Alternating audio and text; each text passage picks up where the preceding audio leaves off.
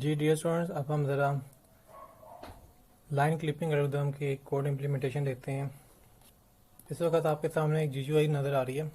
इस GUI के अंदर हमारे पास एरिया को डिफाइन करने के लिए 4 टेक्स्ट फील्ड हैं: xmin, xmax, ymin, ymax। इसके अलावा एक लाइन को ड्रॉ करने के लिए हमारे पास 2 पॉइंट को रिप्रेजेंट करने के लिए 4 टेक्स्ट फील्ड हैं। पहले पॉइंट का x और y, दूसरे पॉइंट का x और y। अब इसमें अगर आप देखें तो ये ड्रॉ का बटन दो तरीके का काम करेगा। एक तो ये काम ये करेगा कि अगर हम यहाँ पे ड्रॉ का बटन को क्लिक करते हैं और हमारे पास यहाँ पे एरिया सेलेक्ट हुआ हुआ है तो हमारे पास एक एरिया बन जाएगा। तो फॉर एग्जांपल मैंने ये वाला एरिया लिया, तो इस एरिया को सिलेक्ट करने के बाद जब ड्रॉ का बटन क्लिक करूँगा तो ये मेरे पास ये वाला एक रेक्टेंगल बन जाएगा। ये एरिया डिफाइन करेगा कि इस एरिया की इन साइड में हमारे पास लाइन ड्रॉ होनी चाहिए, इसके आउट साइड पर लाइन ड्रॉ नहीं होनी चाहिए। और जब मेरे पास यहाँ पे लाइन सेलेक्ट होगी तो लाइन सेलेक्ट होने की जरूरत में जो है वो इस वाले एरिया को यूज़ करते हुए जो आपकी लाइन के लिए जो पॉइंट्स हैं आप उनको पास करेंगे। जब ड्रॉ का बटन क्लिक करेंगे तो आपके पास जो है वो उसी एरिया के अंदर की लाइन जो है वो ड्रॉ होगी, बाकी लाइन ड्रॉ नहीं होगी। जैसे कि अभी आप देख सकते हैं कि मेरे पास 00, 766, 474 यानी कि इस वाले पॉइंट से लेके इस कॉर्नर वाले पॉइंट तक की मेरे पास एक लाइन है। तो इस वाले एरिया के अंदर जो है वो आपका ड्रॉ हो रही है, बाकी आपका ड्रॉ नहीं हो रही है।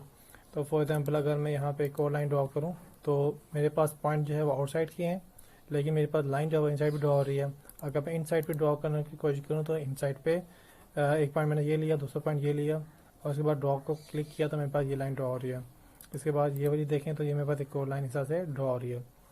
मैं अपने एरिया को जो है वो चेंज भी कर सकता हूँ। फॉर एग्जाम्पल मैं ये वाला एरिया लेता हूँ तो उसके लिए मैं एरिया को सिलेक्ट करूँगा और मैं ये वाला एरिया सेलेक्ट करता हूँ। अब मेरे पास ये एरिया है। अब मैं लाइन के ऊपर आके जब लाइन को ड्रॉ करूँगा तो लाइन इस वाले एरिया के अंदर ड्रॉ हो रही है। अब इसमें देखें ये दो एरिया आपस में इंटरसेक्ट हो रहे हैं, तो इस वाले एरिया के अंदर ड्रॉ नहीं हो रही क्योंकि अब ये वाला एरिया हमारा एक्टिव नहीं है, सिर्फ ये वाला एरिया जिसको भी मैं लेटेस्ट बनाया है वो एक्टिव है।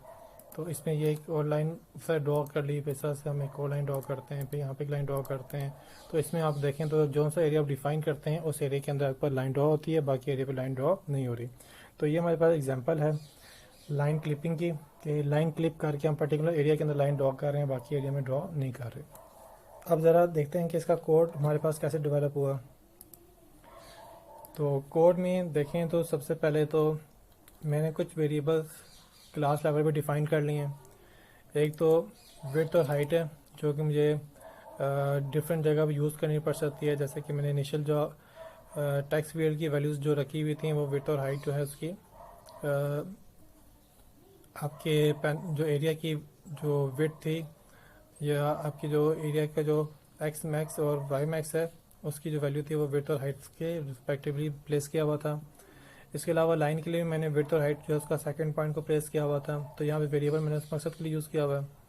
और इसके अलावा ये वाले वेरिएबल क्लास लेवल बनाने का मकसद ये है ताकि मैं इनको बाद में जो वो अपडेट करूँ तो ये वाली वैल्यू क्लास लेवल पे हो तो वो अपडेट हो जाएं और फिर दूसरी कंडीशन या दूसरे इवेंट के ऊपर जो है वो दोबारा से इसी तरीके से परफॉर्म कर सकें। इसके अलावा यहाँ पे एक वेरिएबल यहाँ पे है एरिया लाइन का जो कि बुलियन टाइप का है। इसकी वैल्यू ट्रू रखी हुई है। ये बता रहा है कि जब ट्रू होगा तो हमारे पास एरिया ड्रॉ होगा और जब ये फॉल्स होगा तो लाइन ड्रॉ होगी। तो इस मकसद के लिए एक वेरिएबल बना लिया। अब ज़रा आते हैं हम यहाँ पे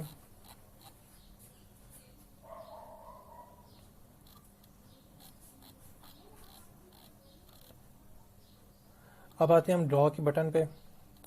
ड्रॉ के बटन पे हमारे पास है कि हम अपनी जो शेप है उसको ड्रॉ करने के लिए पहले हम उसको बफर इमेज जिसका नाम ड्रॉ इमेज रखा हुआ है उसमें ड्रॉ करते हैं। तो उसके लिए हमने सबसे पहले draw image dot create graphics का मेथड कॉल करके ग्राफिक्स 2D का ऑब्जेक्ट बना लिया।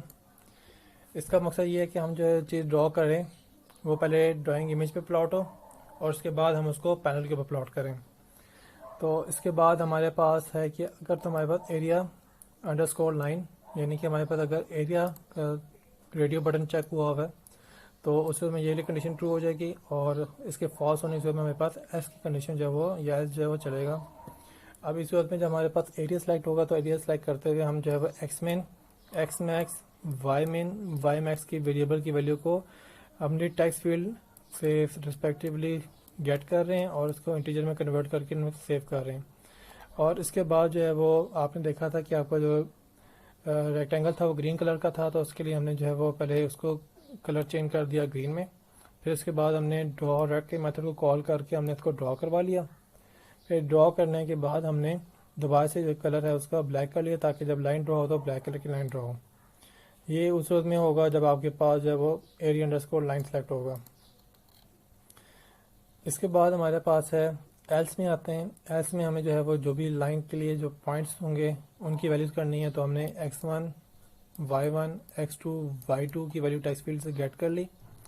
और गेट करने के बाद हमने यहाँ पे एहतियातन जो है वो अपने ड्राइंग इमेज का जो ग्राफिक का ऑब्जेक्ट है ग्राफिक स्टूडियो का G2D, हमने उसका कलर जो है ब्लैक कर लिया, ताकि लाइन हमारे पास ब्लैक हो। इन केस अगर हमारे पास ग्रीन रह गया हो तो वो ब्लैक हो जाए। और फिर हम यहाँ पे ये कर रहे हैं कि हम यहाँ पे 2 पॉइंट बना रहे हैं, क्योंकि एक लाइन के लिए हमने 2 पॉइंट की वैल्यू कट कर ली, x1 y1 x2 y2। और हमने 2 पॉइंट के ऑब्जेक्ट लाजमी बनाने हैं, क्योंकि हमारा जो मेथड था लाइन क्लिपर का वो मेथड जो है वो 2 पॉइंट के ऑब्जेक्ट रिसीव करता है। तो उसको हमने फिर पॉइंट P1 पास किया, फिर पॉइंट P2 पास किया।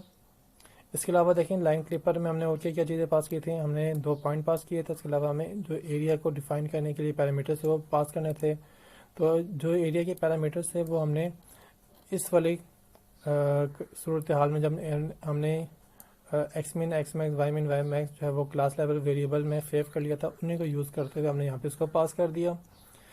अब ये मेथड क्या करता है, ये ट्रू या फॉल्स रिटर्न करता है। ट्रू रिटर्न करेगा जब लाइन को ड्रॉ करना होगा, फॉल्स पास करेगा रिटर्न करेगा जब लाइन को ड्रॉ नहीं करना। तो इस सूरत में जब आप देखेंगे तो जब ये ट्रू रिटर्न करेगा तो ट्रू रिटर्न करने की सूरत में एक तो ये पॉइंट को अपडेट भी कर सकता है, और पॉइंट को अपडेट करने के बाद जो हम क्या कर रहे हैं, हम उसको G2D डॉट ड्रॉ लाइन की मदद से इसको ड्रॉ करवा रहे हैं। सिंपल सा आपका काम था। बाकी जो उसकी GUI की चीज़ें हैं, जो हमारे पास लाइन क्लिपर का काम था, लाइन क्लिपर को जस्ट हमने कॉल करवाया, हमने पॉइंट के 2 ऑब्जेक्ट पास किए, हमने एरिया के पैरामीटर पास किए। अगर कंडीशन ट्रू होती है तो हम लाइन को ड्रॉ करवा रहे हैं, अगर कंडीशन फॉल्स होती है तो लाइन को ड्रॉ नहीं करवा रहे। और इसके बाद हमारे पास हमारी जो भी शेप है वो बफर्ड इमेज ड्राइंग इमेज में सेव हो जाए। तो उसके बाद हम उसको पैनल पे ड्रॉ करने के लिए हमने ड्राइंग पैनल का ग्राफिक्स का ऑब्जेक्ट गेट किया, और उसके बाद हमने ग्राफिक्स के ऑब्जेक्ट को यूज़ करते हुए हमने ड्रॉ इमेज का मेथड कॉल किया, और इसके ऊपर जो है हमने इमेज को ड्रॉ करवा दिया। तो सिंपल सा काम था इसमें कि हमने ड्रॉ के बटन पे काम करना था। लेकिन सिर्फ ड्रॉ के बटन में ये था कि अगर हमारे पास एरिया चेक हुआ हुआ है तो हमने सिर्फ एरिया की वैल्यूज़ को जो है ड्रॉ करवाना है, और अगर हमारे पास लाइन चेक हुआ हो तो फिर हमने लाइन को जो है वो ड्रॉ करवाना है। तो अब के बारे में देखें तो जब एरिया चेक हुआ होगा तो ये वाली कंडीशन ट्रू होगी, और अगर लाइन चेक हुआ होगा तो हमारे पास एल्स की कंडीशन चलेगी या एल्स की सिचुएशन चलेगी, और एल्स के अंदर हमारे पास हम पॉइंट लाइन के लिए 2 पॉइंट को गेट कर रहे हैं, पॉइंट के 2 ऑब्जेक्ट बना रहे हैं P1 P2। फिर उसके बाद हमने कंडीशन के अंदर लाइन क्लिपर का मेथड कॉल करके हमने लाइन को ड्रॉ करवा लिया। ये जो कंडीशन होगी ये बताएगी कि लाइन को हमने ड्रॉ करना है या फिर ड्रॉ नहीं करना। अब इसके बाद अगर हम मेथड में आ जाते हैं तो ये हमारे पास मेथड है रीजन कोड का, जो कि हमने डिस्कस किया था, जिसमें हम एक पॉइंट का ऑब्जेक्ट पास कर रहे हैं, एक्स मिन एक्स मैक्स वाई मिन और वाई मैक्स पास कर रहे हैं, और ये हमें रीजन कोड जनरेट करके देगा किसी भी पॉइंट का जो हम उसको पास करेंगे। इसके बाद ये हमारे पास मेथड है इनसाइड द एरिया। ये हमें ये बता रहा था कि गिवन रीजन कोड की बेसिस पे कि वो लाइन आपकी इनसाइड पर है या नहीं है। अगर इनसाइड पर होती है तो ट्रू रिटर्न पास करता है, और अगर इनसाइड पे नहीं है तो फॉल्स रिटर्न करता है। और इसी तरीके से अगर एक लाइन कम्प्लीटली आउटसाइड है तो उसके लिए रीजन कोड की बेस पे जो है वो ये बताता है कि लाइन जो है वो अगर कम्प्लीटली आउटसाइड है तो ट्रू रिटर्न करेगा, और अगर इनसाइड है तो फॉल्स रिटर्न करेगा, या पार्शली इनसाइड भी होगा तभी ये फॉल्स रिटर्न करेगा। इसके बाद ये हमारे पास मेथड है लाइन क्लिपर का, जिसको हम ऊपर यूज़ कर रहे थे। तो ये देखें तो ये मेरे पास है 2 पॉइंट, पहला पॉइंट, दूसरा पॉइंट, इसके अलावा एक्स मिन एक्स मैक्स वाई मिन वाई मैक्स, और बाकी जो मेथड है ये वही कोड है जो कि हमने डिस्कस कर लिया हुआ है, और उसी कोड को हमने यहाँ पे यूज़ किया है।